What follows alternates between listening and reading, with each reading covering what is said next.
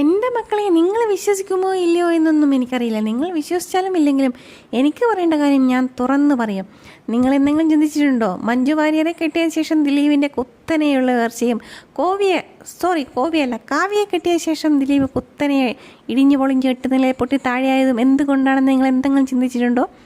അതിൻ്റെ ഉത്തരം വളരെ സിമ്പിളാണ് മക്കളെ, സിമ്പിൾ. ഒന്നുമല്ല, വിവാഹശേഷം ഏതൊരു പുരുഷൻ്റെ ജാതകം തീരുമാനിക്കുന്നത് അവൻ്റെ ഭാര്യയുടെ ജാതകത്തിൽ എന്താണോ അതാണ് അവന് യോഗത്തിൽ വരിക. എന്താണ് അനുഭവ യോഗത്തിൽ വരിക? അങ്ങനെ എന്തൊക്കെയാണ് മലയാളത്തിൽ പറയുക? ഒരു ഉദാഹരണം ഞാൻ വെച്ച് പറഞ്ഞുതരാം.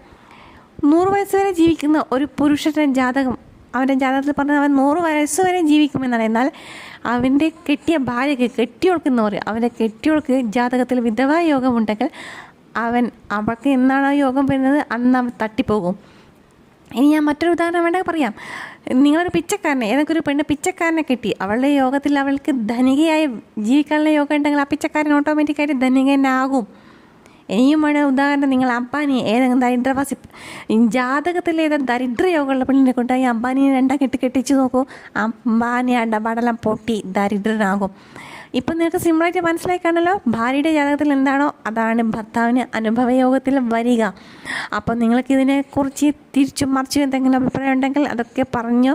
നിങ്ങളുടെ അനുഭവം എന്താണെന്ന് വെച്ചാൽ അതും പറഞ്ഞു. ചിലർ പറയാറില്ല, അയ്യോ അപ്പെണ്ണിനെ കെട്ടിയപ്പോൾ തൊട്ട് അവൻ 8 നിലയിൽ പൊട്ടി, അല്ലെങ്കിൽ ആ പെണ്ണിനെ കിട്ടിയപ്പോൾ തൊട്ട് അവൻ എന്താ നന്നാവില്ല, എല്ലാ പെണ്ണിൻ്റെ ഭാഗ്യം എന്നല്ലേ പറയാതെ. മുടിഞ്ഞാൽ പറയോ ആ മുടിഞ്ഞ് നശിച്ച് അവളെ കെട്ടിക്കൊണ്ട് അവൻ മുടിഞ്ഞു പോയി. നന്നായാലും പറയും അവളുടെ ഭാഗ്യമാണ്, അവൾ നല്ലൊരു ഐശ്വര്യമുള്ള പെണ്ണാണ്, അവളുടെ ജാതകം വളരെ നല്ലതാണ്, അതുകൊണ്ട് അവൾ നന്നായി എന്നൊക്കെ പറയല്ലേ, അവൻ നന്നായി എന്നൊക്കെ. അങ്ങനെയാണ് മക്കളെ പണ്ട് തൊട്ടേ പറയുന്നത്.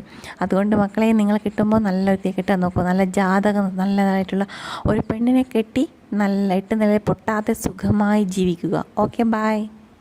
ഇതുപോലുള്ള വെറൈറ്റി വീഡിയോക്കായി എൻ്റെ ഈ വെറൈറ്റി മീഡിയ ഫോളോ ചെയ്യണേ.